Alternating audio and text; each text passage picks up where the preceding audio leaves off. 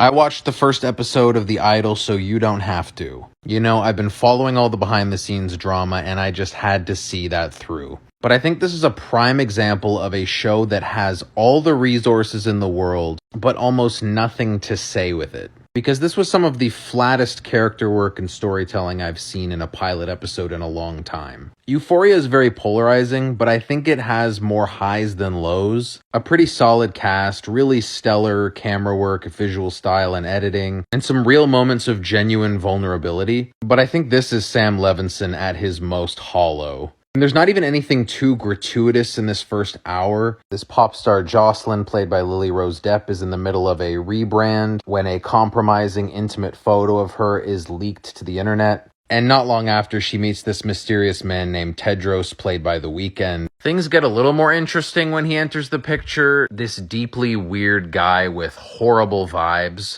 I don't know. I just spent most of the episode imagining the poor audience at Cannes just bored out of their minds, constantly checking their phones in the theater. I'm along for the ride for now, at least in the interest of supporting my queen Rachel Sennett, but some of the early reactions are definitely starting to make a lot of sense. I am watching and summarizing The Weeknd's terrible new show, The Idol. This is episode 2, a complete summary. Spoilers, obviously. So the second episode starts off with everyone in Jocelyn's management team coming over, and they're like, oh, why have we all been summoned here? And they're like, oh, Jocelyn found her new sound. And what happened was Jocelyn re-recorded her hit pending single that's going to get dropped the next week with the help of Tedros, the creepy guy who's portrayed by The Weeknd. And presumably she re-recorded the entire song with that bathrobe wrapped around her head, per Tedros. And the song sounds like a bunch of sex noises, so please don't watch it with a family member present. You'll thank me later. No, we're not dropping that. You already have a hit. We already recorded it and we're dropping it next week. She's like, but it's not me. I don't feel like it's me. Clearly, she's already getting a little bit brainwashed by this Tedros guy about what her sound should be. But Jocelyn is really fighting for the song to come out instead of the one that her and her management team already recorded. So then Jocelyn goes by herself to her private recording studio and starts re-listening to the song.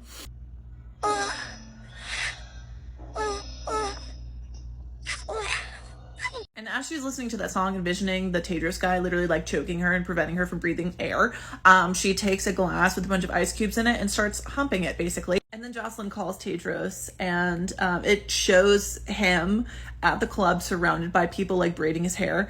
And she's like, what are you doing right now? And he's like, I'm at the club, I'm alone. And he's clearly not alone. Meanwhile, one of Tedros' cronies is like on the phone with Jocelyn's best friend trying.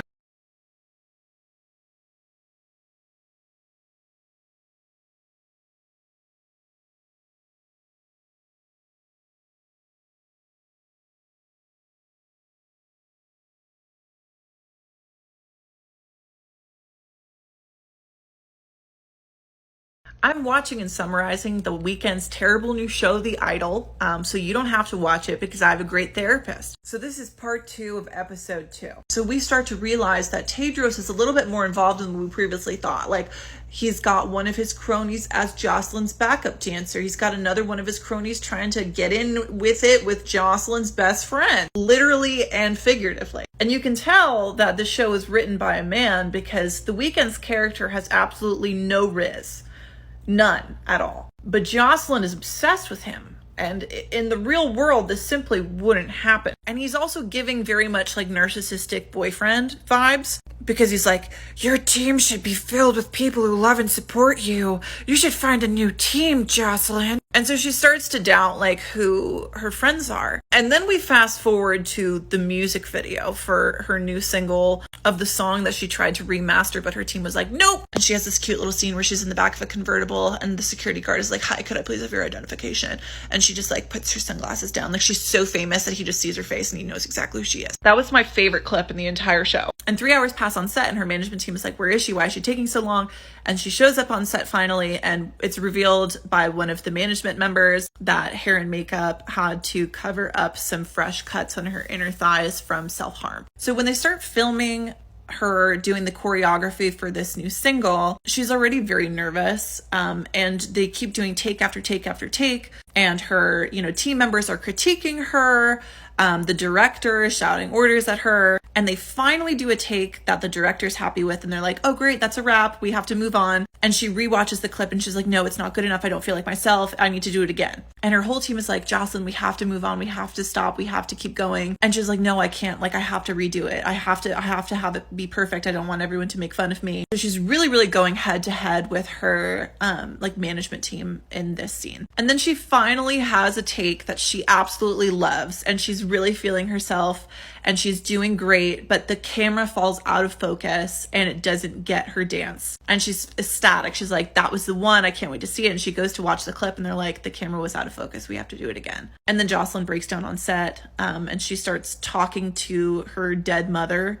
and you really see her break in that clip, and it's really sad. And as a lot of her team tries to support her and be there for her, this other management woman takes Diane, the really good dancer that I talked about in the last episode, to the side and basically interviews her and tries to sign her to the label. She's like, can you sing?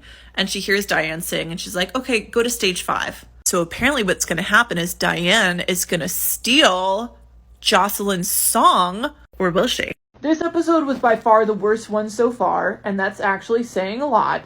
The Weeknd and Sam Levinson are sick bastards, and I can't believe that I had to literally write down everything that happened in this episode. So episode 3 of The Idol starts off with Leia, who's Jocelyn's best friend, driving Tedros and Jocelyn, and they're sitting in the back of the car, essentially dry humping one another. And then he starts, I can't believe I did that. I put the tongue emoji in my notes. Anyways, he's like, pull up to Valentino. And, you know, there's paparazzi and fans waiting, screaming Jocelyn's name. And he's walking around the Valentino store with Jocelyn, essentially picking out clothes and telling her what to put on, very much Kanye West style. Like how Kanye used to dress Kim Kardashian. It was the same vibe. And then he starts yelling at the Valentino worker that he's like looking at his girl being super territorial over Jocelyn, and it was really creepy and kind of cringy. And then Jocelyn's best friend Leia calls Jocelyn's manager and is like, Tedros is taking over the house. And then it cuts to a scene from like earlier that day where Jocelyn is getting complimented on by her chef, and she's like, you help my bloating so much, like I feel so much better. And Tedros gets super territorial with the chef too, and he's like, you need to stop getting on with my girl. And then he tells the chef to essentially get the fuck out. And the chef is like, I only take orders from my boss, and then looks at Jocelyn. And then Tedros looks at Jocelyn too, and he's being super manipulative of her. So Jocelyn fires the chef, which shows how much control that Tedros has over her at this point. And then we're back in the Valentino store in modern day, and Jocelyn is like, why do you like picking out my clothes so much? And Tedros is like, you just need some taste. What? And then Jocelyn says, and this is a direct quote, I think you're gay. And he says, I ain't gay. So then they start having whoopee in the Valentino dressing room, and he's slapping her and spitting on her. And yeah, he's like, I'm gonna finish inside you. And she's like, no, you can't finish. And then she slaps him away and he gets mad. And so she leaves the dressing room, and he's essentially beating his meat by himself, and he doesn't have anywhere to put it, so he just wipes it all over the Valentino clothes. I can't believe I watched this episode in front of my dad. I unfortunately watched this episode in the presence of my father, but he at least said something funny. He said, what's the premise of the show? Fucking and sucking with no plot? So this is part 2 of episode 3 of The Idol. I'm watching it so you don't have to. You're welcome. So Jocelyn's management is at her house when she gets back from Valentino with Tedros, and they start like stroking his ego and asking where he's from. And he's like, oh, I'm from Hollywood. And they're like, oh, really? Where'd you go to school? And he's like, I got kicked out of school. And they're like, oh, I got kicked out of school too for beating up fake ass bitches. So her management already knows that he's full of shit and is trying to call him out. And Jocelyn's manager says, well, you know, if you're so good at making music, you two need to make 3 songs in 2 weeks, and they have to be hits. And Tedros and Jocelyn are like, okay, deal. Then we get a little clip of Diana. Remember Diana from episode 2, that really good dancer who is secretly stealing Jocelyn's song? Yeah, she is actually in place of Jocelyn for the music video that Jocelyn was supposed to be in. So it looks like Diana is kind of replacing her a little bit. And then it cuts to another scene. And Chloe, the girl who was naked playing the piano in the previous episode, asked Jocelyn, why don't you ever sing about your mom? And we find out from Jocelyn that her mom was sick for a while. And then Tedros is caught talking to Jocelyn's creative director, who's also played by Troye Sivan. And Troye Sivan says, you know what, Tedros, we should use that picture of Jocelyn with the jizz on her face as her new album cover, so she gets, becomes a bad girl, basically. And Tedros says, this is a direct quote, "You're fucking smart. Want to do some coke?" Then there's another scene where they're all having dinner together, Jocelyn, Tedros, and then his cronies, and then Troye Sivan. And Jocelyn reveals that her mom physically hit her with a hairbrush. And she says it went on for years and that she never fought back and no one ever fought back. And Tedros calls out Xander, who is Troye Sivan's character, the creative director, for never helping her. Then Tedros asks Jocelyn, he's like, is the reason that you can't make music because your mom isn't there to beat you anymore? He's like, did you lose all motivation because you stopped getting beaten? And then he asks her, do you still have that hairbrush? And Jocelyn's like, yeah. And then Tedros is like, go get it. And then he says, and so Jocelyn gets the hairbrush, hands it to Tedros, and he says, this is really gonna hurt, but if you push through it, it will be beautiful. And he starts beating her with this hairbrush. And yet again, everyone is watching and doing nothing. And they wake up the next morning, and she looks at him and says, thank you for taking care of me. So we just finished watching the newest episodes of The Idol. I feel unsettled. I feel disturbed.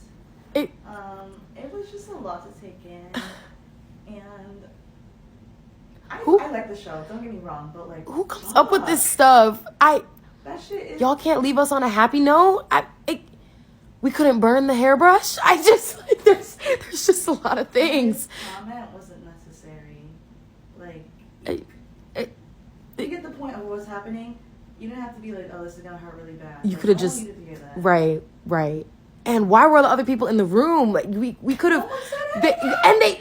Thank you, mind you. The first time at the table, he literally said, "And no one stuck up for you." And now you are back in the same position. And doing it again. And you know what? That's why you sent Leia to bed, because she's the only one that would. She's the only one. I might have to. Kendall said she's gonna watch The Princess and the Frog. I'm gonna watch some Gossip Girl. We need to reset. We need to reset. Crazy shit. Stay tuned for, I guess, the next time we do a debrief on The Idol. Bye, guys. Didn't I say that? Yo, man. Just keep it offensive. You keep it offensive.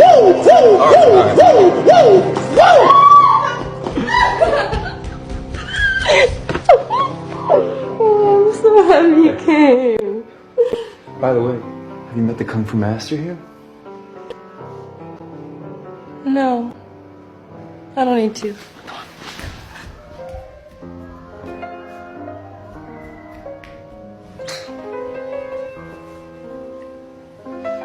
Taking this photo. But I just finished The Idol and I feel like everyone misunderstood the ending. Like, I get it's really super confusing, but this is how I see it. So in the beginning, we see that Jocelyn takes control of Tedros's people and basically wants him out because Diana revealed the truth to her in the last episode that them initially meeting was a setup and it wasn't organic, and so she believes that she was being played. After the tour music performance, we see that Jocelyn and Jocelyn's team want to pay off Tedros.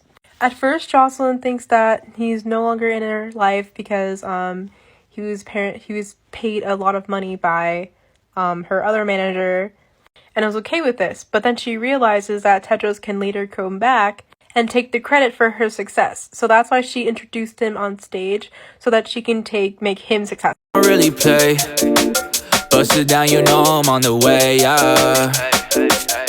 double B's, glasses see through double C's, Cartier frames, look at me, making my shots like I lead. I'm on my way up, I feel blessed, triple sec, running stars all on my head. Way up to the ceiling fan, cash stacks, free bands. I can never see the end. Love me, baby, don't pretend. I know that you just a friend. Said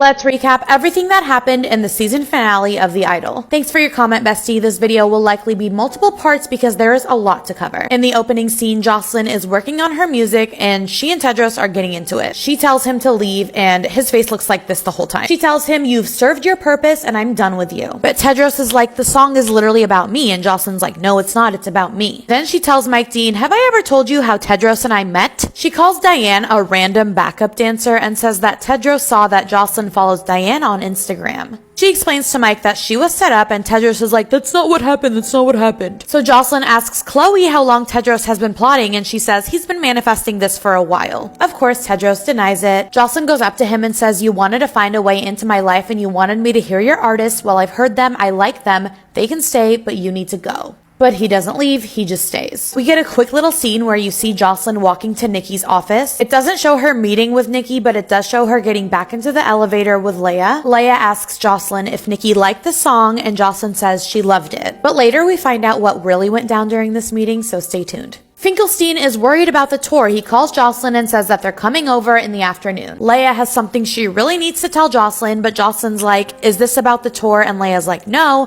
And Jocelyn says, "I don't care." Nothing else matters to Jocelyn but the tour at this point. Jocelyn needs to prepare for her management and her label to come over, so she gets everyone together. She says that she wants Ramsey, Chloe, and Isaac to open up for her on tour. Tedros is trying to get her attention the whole time, but her back is to him. She's like, "Are you still here?" And he's like, "Stop ignoring me." They tell each other to shut up. She's like, "I'm not talking to you." Tedros says, "These are my people." And she's like, "No, they're my people now." And she tells them, "The difference between him and I is I can actually make you a star." Oh my goodness. Tedros pulls Xander to the side and he's like, "Are you really gonna let her cut you out of the show like that? You should be performing too." He encourages him to pitch himself. Tedros is going a little crazy. He's calling the shots and telling everyone to dress sexy and pretending like he's in charge. So then the team comes over. We have Finkelstein and Nikki, Chaim and Destiny. Isaac greets them at the door. He's wearing short shorts and just hugs everybody and they're like, "What is going on?" Everyone's hugging each other. Tedros is offering drinks and Finkelstein's like, "Where's Jocelyn?" Right off the bat, Tedros goes in on Nikki. He calls her Judas, says that she has no taste. Tedros is really pissed because Nikki never called him when she signed Diane. Technically, I guess that's his artist. And he says Nikki is a TikTok-obsessed algorithm. See you next Tuesday. The team is annoyed because Jocelyn is nowhere to be found. They also are feeling the cult vibes. They compare it to NXIVM. Go to part 2 for what happens next.